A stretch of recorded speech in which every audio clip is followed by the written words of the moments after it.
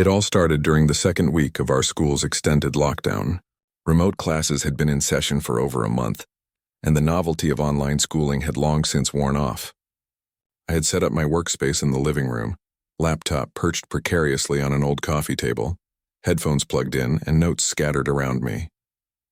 The internet was unstable as always, but I was used to it. What I wasn't prepared for, though, was what came next, something I can't rationalize even now, months later. It was during a history lecture, the one our teacher streamed from an empty classroom. I didn't think anything of it at first. Teachers' lives were mundane now, and my classmates had begun turning their cameras off entirely. The classroom behind him seemed darker than usual, the fluorescent lights flickering intermittently. At one point, I swear I saw a figure slip behind the row of desks. A student? A janitor? My brain tried to rationalize it, but when I squinted, the figure was gone. After class, I tried to brush it off, telling myself I was just tired. The next day, I logged in again, and that same flicker of movement happened. My stomach dropped. The figure was clearer this time, or at least I could sense it. It didn't move like a normal person. It didn't step, it glided. And it didn't have a face. I wanted to scream, but my microphone was muted and the rest of the class was talking over the lesson as if nothing was happening. It was on the third day I realized the classroom itself was wrong, not just the figure. I started noticing small inconsistencies. One of the posters on the wall had words I didn't recognize, and the desks weren't arranged the same way I remembered from my last in-person lesson. I thought maybe the school had been renovating during the lockdown, but there was no record of any work. I looked for an explanation online, checked social media for pictures of that classroom, but there was nothing. It was like the room itself had been erased from reality and replaced with a subtle, twisted version of itself. The next incident happened during a break. I had muted the lecture to grab a snack and, on a whim, looked around the live video feed. That's when I noticed the door, behind the teacher, the wooden door that led to the corridor. Something was peering through the small window at the top. It wasn't a student. It wasn't human. I couldn't see details, just a shadow that moved against the light like water. When the teacher turned slightly, glancing over his shoulder, the shadow vanished as if it had never been there. I began recording my classes. I wanted proof, wanted to understand what I was seeing. At first, the recording showed nothing unusual, but when I watched them back in the dead of night, the anomalies became undeniable. There were fleeting moments impossible to notice in real time, where the classroom walls would ripple, the lights would flicker violently, and that faceless figure would appear near the back, gliding closer and closer to the camera. Each time it seemed to linger, and I felt its gaze on me, cold and hungry. Sleep became impossible. I would wake up at 3 a.m., convinced I heard the creak of a chair, the soft scuff of shoes on the floor. My family dismissed it, of course. They didn't see the camera feed. And soon I realized the presence wasn't confined to the classroom or the video. It had started following me into my dreams. In my nightmares, I was back in that room. The desks all lined in rows that weren't right, the lights buzzing overhead. The figure floated silently in the corners, always watching, never speaking. And each time, the door behind the teacher would creak open, even though there was no one there. One night, I couldn't take it anymore. I stayed up all night staring at the recordings, trying to understand the pattern. That's when I noticed it. The figure wasn't just appearing randomly. It was moving through the frame in deliberate ways, almost like it was hurting me, pushing me toward the teacher's desk, toward the door. My heart pounded. I paused the video, and then I saw it. It wasn't alone. Reflections of figures pressed against the windows, shadows pooling unnaturally in corners where no shadows should exist. I felt their weight, the air thickening in my room as if it were spilling from the screen into my space. I tried to tell someone. I emailed the teacher, described what I was seeing. He replied with a generic, "Check your connection, maybe glitches in your video," and sent a link to troubleshoot Zoom. No one believed me. But that didn't matter. I knew it was real. Then one afternoon, something worse happened. I had logged into a session early, just to review notes, when I noticed movement in the background of my own room, reflected faintly on the laptop screen. At first, I thought it was my reflection catching the light strangely, but then I saw the figure, the same faceless, gliding figure from the classroom. It was standing behind me, motionless, its head tilted in a way that defied normal anatomy. watching. I froze, unsure whether to run or confront it. When I finally dared to turn around, nothing was there. My door was locked. My parents were in the other room. The next day, I didn't log into class. I didn't want to see it again. But the figure had other plans. In the evening, my laptop turned on by itself. The camera feed flickered to life, showing my room empty, and then slowly the door began to open on screen. I was paralyzed, and there it was, standing at the threshold. For a second, I could almost convince myself it was some trick of the camera, but then I felt it, the cold brush of air like a hand just past my face. I ran out of the house, leaving the laptop behind, not stopping until I reached a friend's place. I told them everything. We tried to rationalize, tried to joke, but at night I knew the truth. That thing wasn't just in the classroom. It wasn't just in the screen. It was following me now. Weeks later, my school reopened for limited in-person classes. I thought I could escape the nightmare. But when I walked past the old classrooms, I felt it. Every corner, every shadow, every flicker of light. And I realized something horrible. The classroom hadn't been locked down. It had been waiting. The worst part? When I asked teachers and students about it, no one remembered the strange figure, the twisted walls, or the shadows in the windows. The room itself seemed normal. But I know what I saw. And sometimes when I close my eyes, I see that door opening slowly, and that faceless figure gliding silently, waiting for me to come back. Even now, months later, I refuse to log into any online lesson. I don't watch recordings. I don't open Zoom. But I can't stop thinking about it. And I know in the quiet moments when the house is silent and the air thickens just so, that it's still there. Somewhere. Watching. Waiting. When schools closed down for lockdown, I thought it'd be the best thing that could have happened. No uniforms, no crowded hallways, no waking up at 6 a.m. to catch the bus. For the first few weeks, it actually felt kind of freeing. Classes were on Zoom, attendance was relaxed, and the teachers seemed just as tired of it all as we were. But everything changed one Thursday afternoon. That was the day the intercom system in our school, supposedly shut off during the lockdown, came back to life. Let me back up a bit. Our school, Maplewood Secondary, decided to implement a hybrid schedule halfway through lockdowns. Part online, part in person for those who needed a quiet space or didn't have good Wi-Fi at home. I fell into that category. My parents' internet was awful, so I volunteered to go in, sit alone in an empty classroom, and join the same virtual classes from there. It was supposed to be safe. There were only about 10 students in the entire building, each one in a separate room. The hallways were eerily quiet, so quiet that you could hear the hum of the vending machine at the end of the corridor echo like a heartbeat. On that Thursday, I was in room 2B, sitting by the window, half listening to my math teacher drone through his online lecture. The air conditioning clicked on and off, lights flickering slightly every few minutes.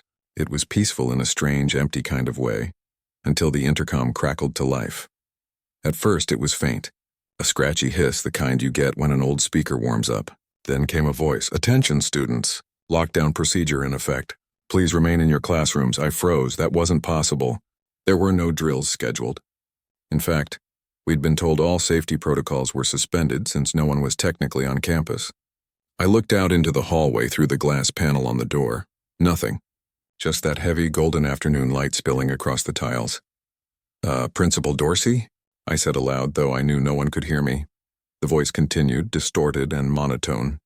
"Lock all doors. Turn off the lights. Stay away from windows." It was the standard lockdown message, but something about the tone was off. It was slower, flatter, almost mechanical, like it was being played backward and reassembled. I looked around. The door was already locked. I turned off the lights and crouched behind the teacher's desk, my heart hammering in my chest. Maybe it was a glitch, I thought. Maybe someone accidentally triggered an old announcement file. Then footsteps. Soft, deliberate, echoing down the hallway. I peeked over the desk. Through the narrow glass panel in the door, I could see the corridor stretching long and empty, until something moved at the far end. A shadow, tall, thin, unmistakably human, but wrong somehow. It didn't move like a person. Its steps didn't match the sound. It was as if the echo came after the motion, a half-second delayed. The intercom crackled again. "Remain calm. This is only a drill." Except the voice wasn't the principal's anymore. It was garbled, childlike, mocking. This is only a drill. The hallway lights flickered. I could see that shadow getting closer now, its form twitching with each flash. I scrambled for my phone, no service. Not even Wi-Fi. The router in the corner blinked red like a dying heartbeat, and then the power went out. Complete darkness. The air conditioner stopped. The computer screen went black. For a few seconds, all I could hear was the slow hum of the intercom static. Then a sound. Something heavy dragging across the floor like nails or chains. The intercom came alive again. "Room 2B, the voice said softly, almost affectionately. "Do not hide. I swear my blood turned to ice." I hadn't told anyone where I was. No one should have known. I stayed perfectly still. My eyes were adjusting to the dark now. The faint moonlight through the window, just enough to see shapes. The door creaked. The handle twisted, slowly, then stopped.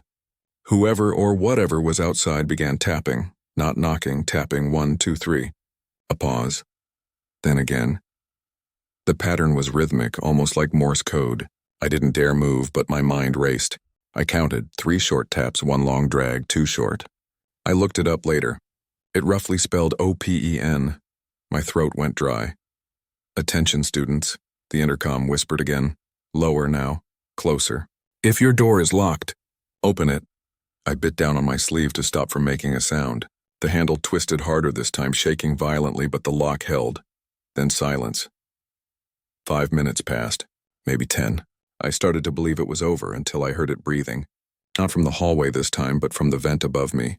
Slow, wet, shuddering breaths, like something struggling to fit inside the small metal ducts. Dust rained down from the ceiling. I looked up, trying not to scream, and I saw it.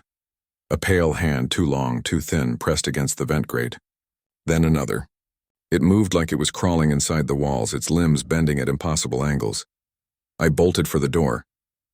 The lock stuck at first, but I forced it open and ran into the hallway. The intercom screeched behind me, blaring static so loud it hurt my ears. Lockdown still in effect, it howled, but the words twisted into screams. "Do not run! Do not run! Do not—" I sprinted down the hall toward the exit.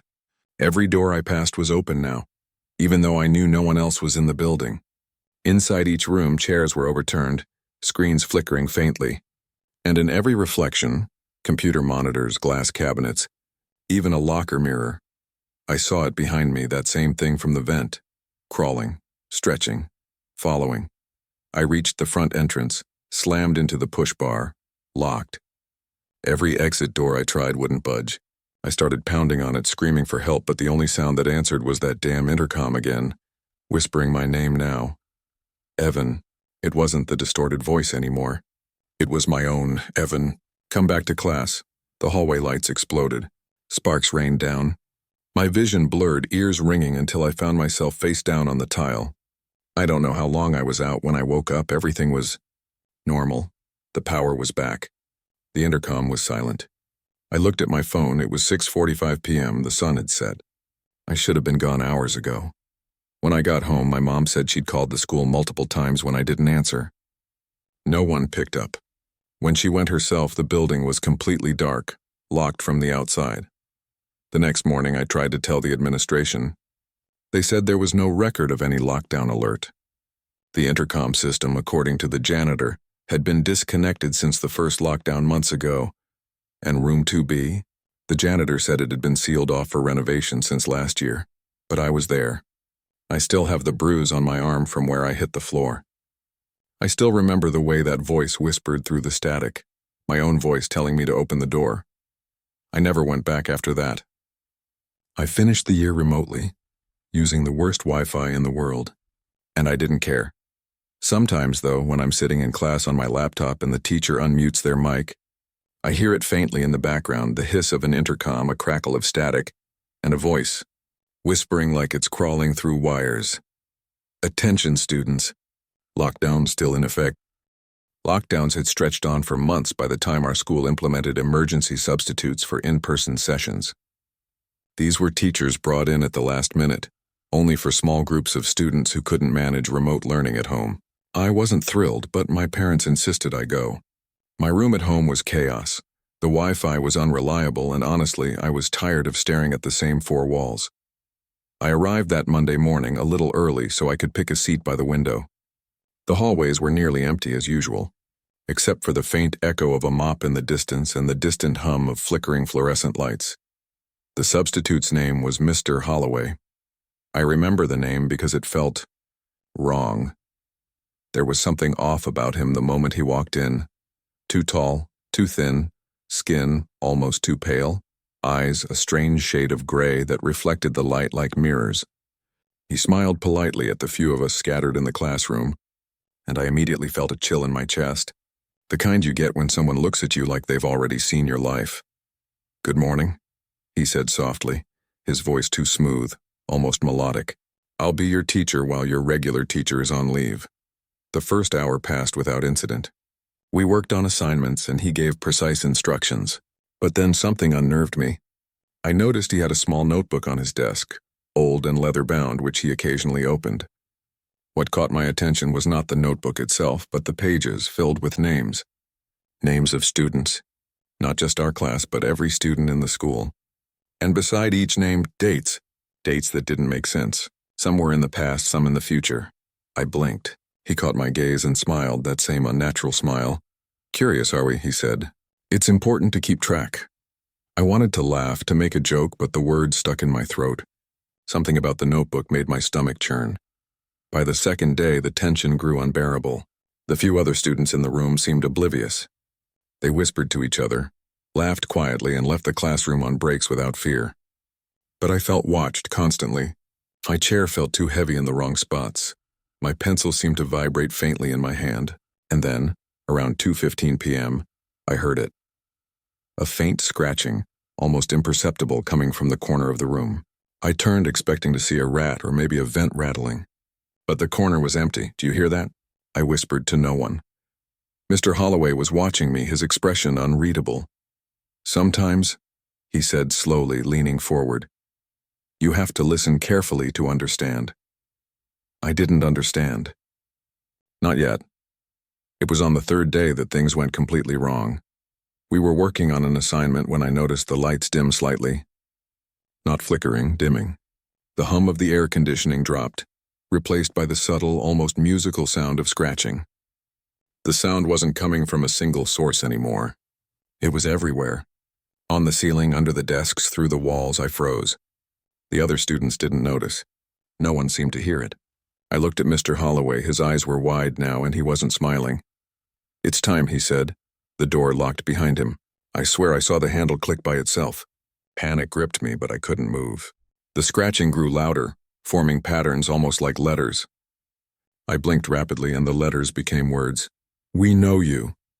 The air thickened. My chest burned as if someone were sitting on it. I tried to stand, to run, but my legs refused to obey. Mr. Holloway's notebook opened by itself. Names appeared, written in ink I didn't recognize. My own name was there, and beneath it a date. That day, that hour, the time on the classroom clock. A shadow moved across the back wall. Not a normal shadow. It flickered and elongated, stretching into impossible angles. Then the scratching stopped, replaced by whispers. Dozens of them. Chanting my name, slowly at first, then growing louder, layering over themselves until the sound was deafening. I screamed. Mr. Holloway didn't move.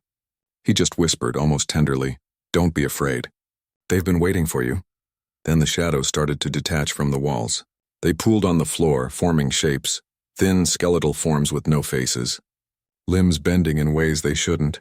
They circled me, murmuring, scratching the floor with impossible nails. I stumbled backward into a desk. My laptop fell open, its screen flickering to life. On it, a camera feed, not of me, of the classroom as it had been last year. I saw students who were no longer there, chairs overturned, blood staining the tiles. The feed jumped back and forth. Each jump revealed a new horror. A teacher staring through the camera with hollow eyes. A janitor kneeling in the hallway whispering to something unseen. Lockers opening and closing on their own. I slammed the laptop shut. The shadows converged. Cold wrapped around me and the whispering turned into screaming. The air became wet and heavy. Mr. Holloway extended his hand, gray and skeletal, toward me. "Come, don't resist." I felt myself being pulled forward. Every instinct told me to run, but I couldn't. It wasn't just his hand, it was the classroom, the shadows, the whispering voices. They were alive, and they had been waiting for me, and then… silence. I woke up at home. My parents said I'd fallen asleep at the kitchen table, my backpack on the floor. The clock on the wall read 7:32 p.m. My heart was racing, my hands shaking, and my throat raw from screaming. I told them nothing. They would have thought I was imagining things. The next day, I didn't go back. I never went back. But I did hear rumors from other students who had been in the substitutes class. One boy vanished from his home for a week, returning with no memory. Another saw shadows crawling across his walls at night, whispers repeating their name, and a few just stopped logging into school entirely, their cameras always off, their voices never heard again. Weeks later, I did some digging. Mr. Holloway's substitute records existed, but only for a day. No one remembered him, no record of him being hired. The notebook, the names, the dates, they didn't exist in any official files, but I know the truth. I remember the shadows, the scratching, the whispers that called me by name, and sometimes when I'm alone in my room, my laptop screen flickers to life, showing a classroom I've never been in, with figures I can't explain, and a gray-eyed substitute, smiling at me through the camera. I don't log into any school sessions anymore. I don't answer emails.